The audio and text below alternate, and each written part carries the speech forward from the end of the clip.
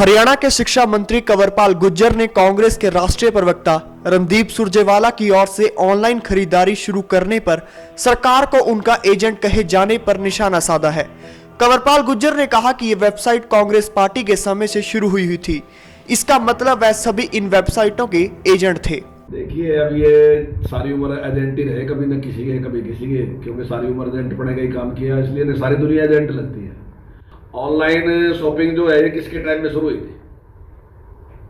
Online के time में शुरू, तो इसका मतलब ये किसी के एजेंट होंगे तभी तो शुरू हुई। तो ये इस तरीके का जो दुनिया में चीजें आती जा रही, जो खुलापन आता जा रहा है, उसको रोकेंगे थोड़ी, वो तो सारी दुनिया में आता ही जा रहा। अब ऐसे ही कोई मतलब गैर जिम्मेदाराना बयान जो है वो देने के कोई उसका आधार नहीं है। कंवरपाल गुर्जर यही नहीं रुके, उन्होंने जल्द ही हरियाणा के ग्रीन और ऑरेंज जोन में दुकानों को खोले जाने की बात कहते हुए कहा कि इसके साथ ही रेड जोन के भी कुछ क्षेत्रों में दुकानों को खोलने की बात चल रही है और जल्द ही इसे लागू कर दिया जाएगा। जो सोशल डिस्टेंसिंग के का मामला है, इसके लिए सरकार ने इस प्रकार का निर्णय लिया कि जो ऑनलाइन खरीदारी शुरू कर दी है। लेकिन मैं ये भी विश्वास दिलाता हूँ कि साथ ही साथ हम दुकानों को भी खोलने पर विचार कर रहे हैं। माननीय मुख्यमंत्री जी ने इस प्रकार का एक विश्वास दिलाया भी है कि जो हमारे ग्रीन जोन में जो से जितने भी हमारे डिस्ट्रिक्ट हैं उनमें भी, और येलो में भी जो है उनमें भी हम जल्दी ये खोलने जा रहे हैं। और रेड में भी हम, जो रेड जोन में भी है उनमें भी हम चिन्हित कर रहे हैं कहाँ कहाँ हम छूट दे सकते हैं। तो निश्चित तौर से जल्दी हम ये छूट देने वाले हैं, ऐसी कोई दिक्कत नहीं आने की। बिजली के बिलों को लेकर शिक्षा मंत्री ने कहा कि उन्होंने सरकार से सिफारिश की है उद्योगपतियों को बिजली के बिलों में रियायत दी जाए, लेकिन घरेलू उपभोक्ताओं के बारे में पूछने पर उन्होंने इससे इनकार करते हुए कहा कि लोगों ने बिजली का इस्तेमाल किया है तो बिल तो चुकाना ही पड़ेगा।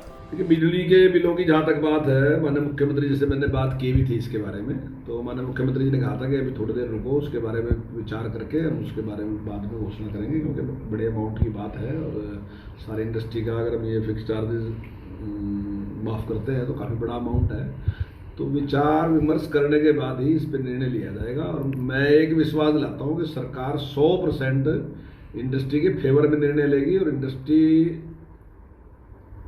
की हालत ठीक रहे और वो उसको कोई बहुत ऐसा नुकसान ना हो और हमारी इंडस्ट्री ठीक रहेगी, तभी सारा वो ठीक रहेगा।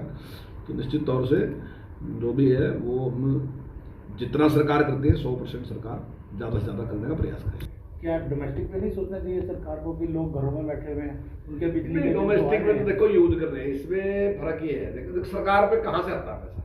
नहीं, कुछ ना कुछ नहीं, आप ये बताओ, सरकार रियायत तो करेगी, लेकिन सरकार के पास पैसा कहाँ से आता है? सरकार के पास पैसा जनता से आता है। तो ये सारा पैसा जो है जनता का ही है, किसी का कोई मंत्री का पैसा है या विधायक का पैसा तो है नहीं है। तो जो जनता से आता है वही जनता को ही दिया जाता है।